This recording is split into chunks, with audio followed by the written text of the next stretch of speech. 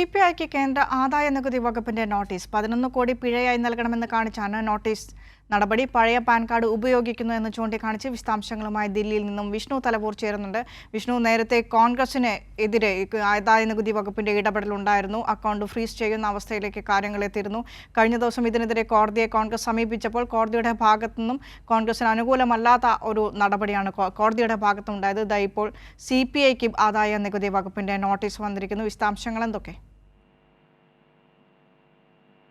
വിനിഷ, CPIക്കും ആദായ നികുതി വകുപ്പിന്റെ നോട്ടീസ് ലഭിച്ചിട്ടുണ്ട്. അത് നേരത്തെ തന്നെ CPIക്ക് ഇത്തരത്തിൽ ആദായ നികുതി വകുപ്പിന്റെ നോട്ടീസ് ലഭിച്ചിരുന്നു. 11 കോടി രൂപ നൽകണം, പിഴ നൽകണമെന്നാവശ്യപ്പെട്ടുകൊണ്ടാണ് CPIക്ക് നോട്ടീസ് നൽകിയത്.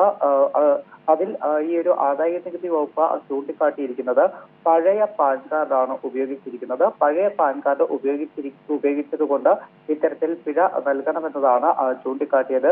എന്തായാലും CPIയുടെ ഭാഗത്തുനിന്നും ഒരു പ്രതികരണം വന്നിരിക്കുന്നത് ഇത് നേരത്തെ തന്നെ ഇത്തരത്തിൽ നോട്ടീസ് ലഭിക്കുകയും അതിനെതിരെ നിയമ നടപടികൾ ആരംഭിച്ചിട്ടുണ്ട് എന്നതാണ്. കാരണം ചില സ്റ്റേറ്റ് യൂണിറ്റുകൾ ഇത്തരത്തിൽ പഴയ കാർഡ് ഉപയോഗിക്കുന്ന സാഹചര്യമുണ്ടായിരുന്നു. അതുകൊണ്ടാണ് ഇത്തരമൊരു നോട്ടീസ് ആദായ നികുതി വകുപ്പിന്റെ ഭാഗത്തുനിന്നും വന്നത്.